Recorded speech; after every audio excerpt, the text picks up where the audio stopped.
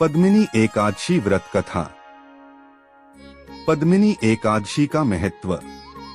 धर्मराज युधिष्ठिर कहने लगे कि हे जनार्दन, आपने सभी एकादशियों का विस्तार पूर्वक वर्णन कर मुझे सुनाया, अतः अब आप कृपा करके मुझे अधिक मास के शुक्ल पक्ष की एकादशी का क्या नाम है तथा उसकी विधि क्या है, इन सब के बारे में बताइए।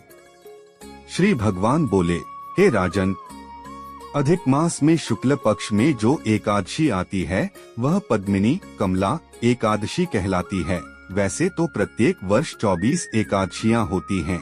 जब अधिक मास या मलमास आता है तब इनकी संख्या बढ़कर 26 हो जाती है। अधिक मास या मलमास को जोड़कर वर्ष में 26 एकादशियां होती हैं। अधिक मास में 2 एकादशियां होती हैं, जो पद्मिनी एकादशी शुक्ल पक्ष और परमा एकादशी कृष्ण पक्ष के नाम से जानी जाती हैं। यह एकादशी करने के लिए दशमी के दिन व्रत का आरंभ करके कांसे के पात्र में जौ चावल आदि का भोजन करें तथा नमक न खाएं।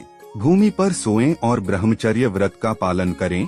एकादशी के दिन ब्रह्मा मुहूर्त में शौच आदि से निवृत्त होकर दंत धावन करें और जल के 12 कुल्ले करके शुद्ध हो जाएं।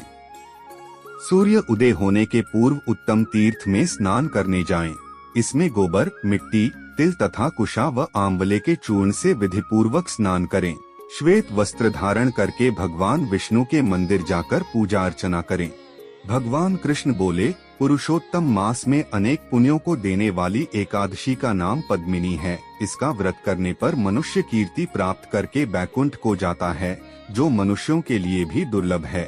हे राजन, ध्यान पूर्वक इस कथा को सुनो। पद्मिनी एकादशी व्रत कथा।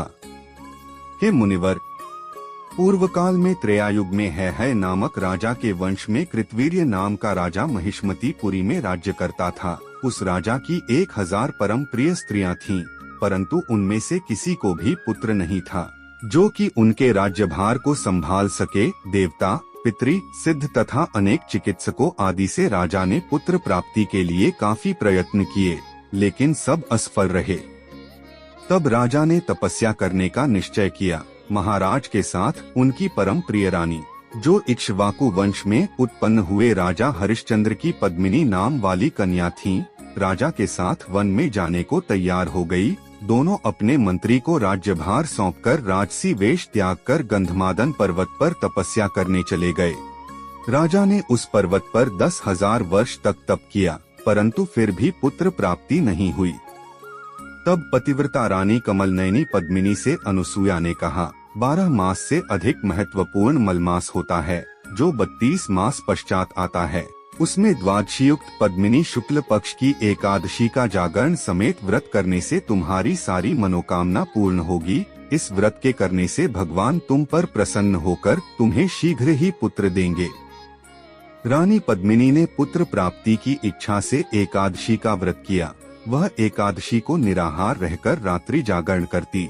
इस व्रत से प्रसन्न होकर भगवान विष्णु ने उन्हें पुत्र प्राप्ति का वरदान दिया। इसी के प्रभाव से पद्मिनी के घर कार्तवीर्य उत्पन्न हुए, जो बलवान थे और उनके समान तीनों लोकों में कोई बलवान नहीं था।